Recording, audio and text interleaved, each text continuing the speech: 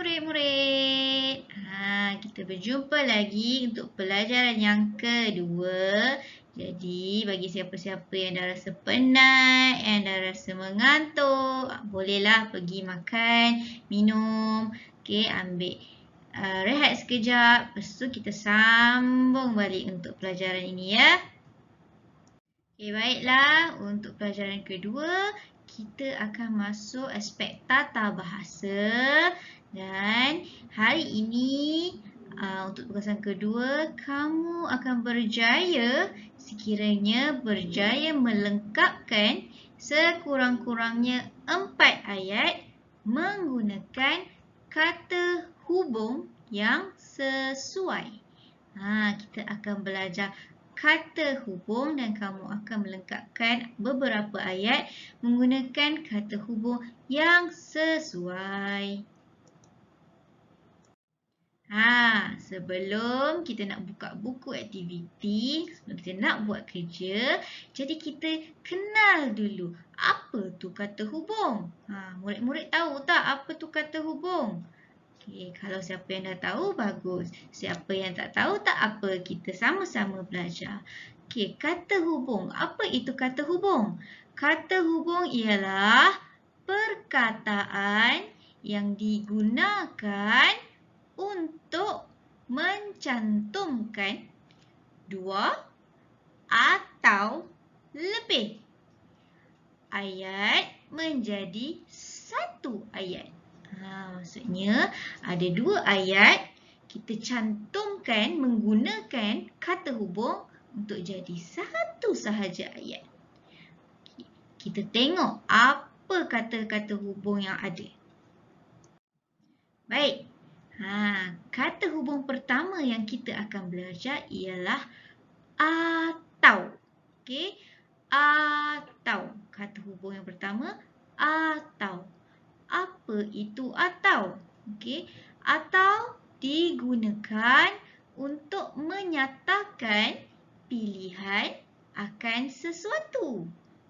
Macam mana tu? Kita tengok dulu contoh. Okey, kamu tengok kamu lihat gambar ini.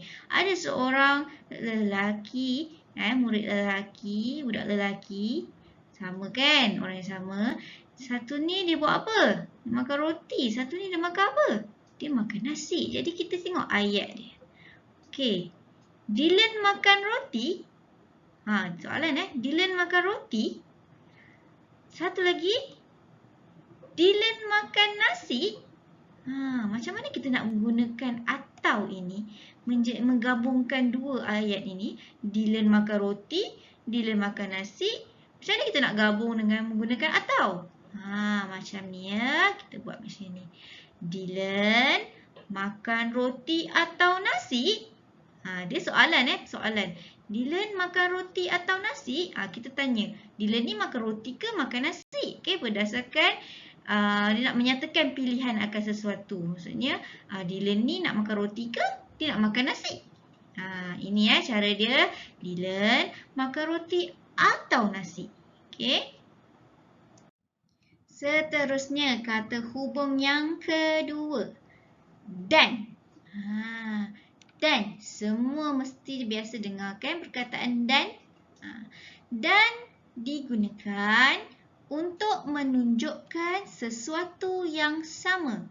Dan dia nak tunjuk sesuatu yang sama. Kita guna dan. Macam mana guna dia? Kita tengok contoh. Okey, gambar ini. Siapa ini? Datuk. Datuk makan nasi. Ayat pertama, Datuk makan nasi. Ayat kedua, nenek makan nasi.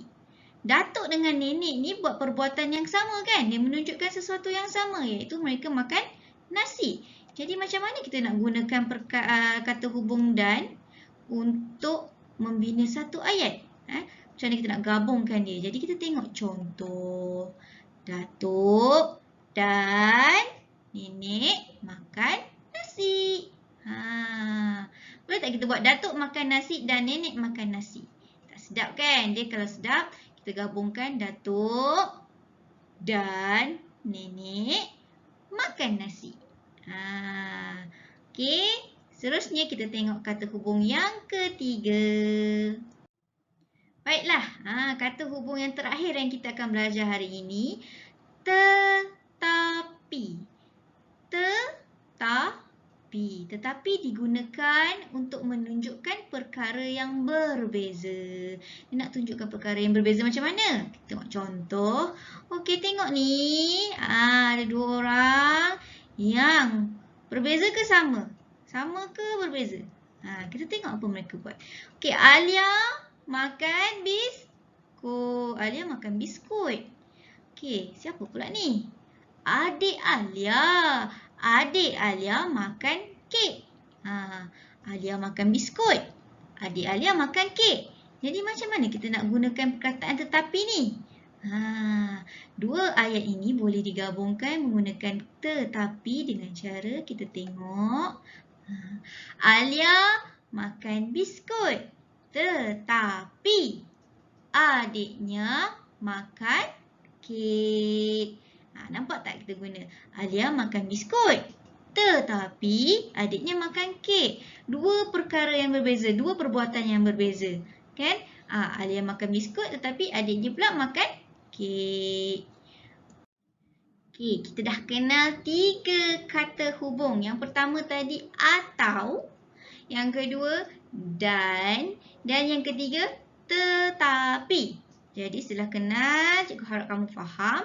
Okey, mari sama-sama buka buku aktiviti Bahasa Melayu jilid 1 muka surat 54. Okey, buka dan jangan lupa tulis hari, tulis tarikh. Ini perkara wajib tulis hari, tulis tarikh. Okey, baik. Kita tengok dulu sebelum nak buat, kita tengok dulu arahan dia. Arahan dia kata, lengkapkan ayat dengan kata hubung yang sesuai. Jadi ada 3 kata hubung yang dia bagi kat sini. Dan, atau, tetapi. Jadi kita nak isi di sini, nak lengkapkan ayat ini menggunakan salah satu kata hubung. Kita baca dan kita tengok gambar. Okey, gambar ada 2 orang lelaki. Dia punya ni Ganesh, ini adik dia. Jadi kita baca Ganesh makan roti. Kita nak tulis apa ni? Adiknya makan biskut. Jadi boleh kita nak tulis apa ni? Cuba kita tengok. Boleh tak cikgu pilih Ganesh makan roti dan adiknya makan biskut? Boleh tak? Macam boleh kan? Kita tengok pula yang kedua. Ganesh makan roti atau adiknya makan biskut. Sesuai tak? Sesuai ke tak? Macam tak je kan? Okay, tengok pula yang ketiga. Ganesh makan roti tetapi adiknya makan biskut. Macam betul. Macam mana gini? Ada 2 benda yang betul. Macam satu yang kita nak pilih. Okey, dekat sini kita sebenarnya memang boleh pilih dan ataupun tetapi. Dan ataupun tetapi. Dua-dua ni sesuai. Tidak menjadi masalah. Okey, tetapi hari ini cikgu pilih jawapan dia adalah tetapi. Ganesh makan roti tetapi adiknya makan biskut. Okey, boleh juga Ganesh makan roti dan adiknya makan biskut. Boleh juga, tidak jadi masalah, tidak salah. Sebab di sini ayat arahan dia lengkapkan ayat dengan kata hubung yang sesuai. Dia tak kata kata hubung yang betul, dia kata kata hubung yang sesuai. Dua-dua sesuai boleh digunakan. Ya. Seterusnya nombor 2. Okey, kita baca dulu gambar apa ni? Gambar tembikai. Tengok gambar dia, gambar tembikai, gambar buah betik. Okey, buah betik, buah tembikai. Jadi kita baca. Tembikai, betik, kaya dengan vitamin. Apa nak isi kat sini ni? Tembikai. Jadi kita tengok kita dulu. Kita pilih yang ni pula. Tembikai, tetapi betik, kaya dengan vitamin. Sesuai tak? Sesuai ke tak? Tembikai tetapi betik kaya dengan vitamin. Sesuai ke tak? Tak sesuai. Kita pilih pula yang kedua tengah. Tembikai atau betik kaya dengan vitamin. Sesuai tak? Macam boleh. Macam, tapi kita tengok balik. Tembikai atau betik kaya dengan vitamin. Okey.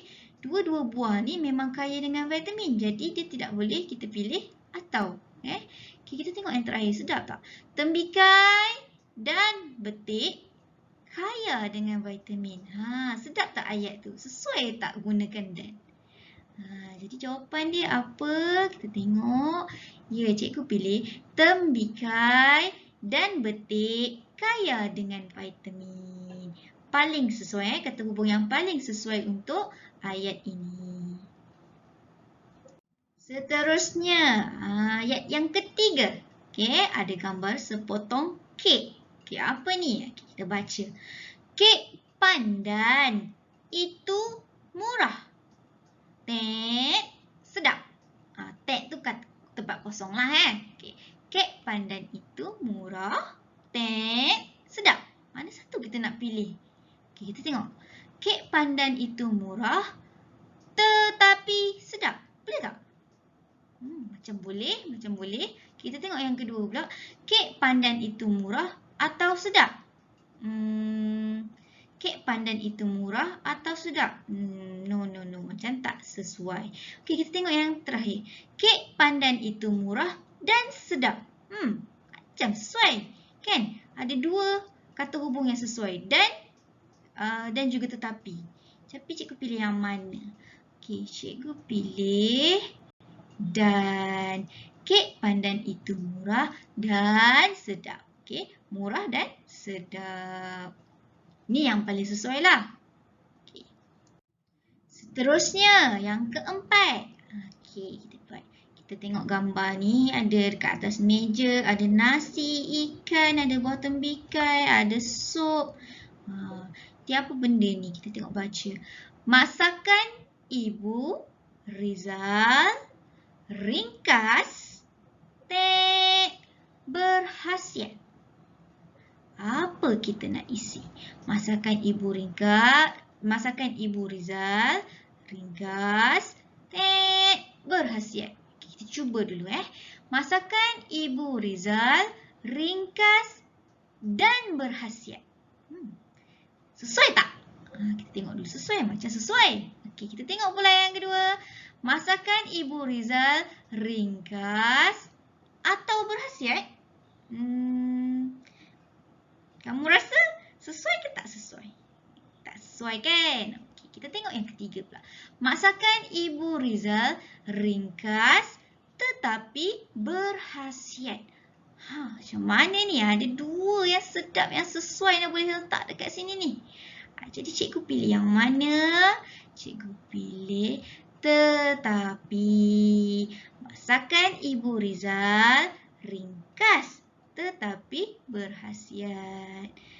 Dia masak ikan goreng, dia makan sup. Ringkas je tetapi penuh dengan khasiat. Untuk ayat yang terakhir, kita tengok ada gambar di sini. Okey, ada air soya, ada air tebu. Kita tengok ayat dia. Fahmi tidak pasti hendak minum air soya, air tebu. Kita nak pilih yang mana?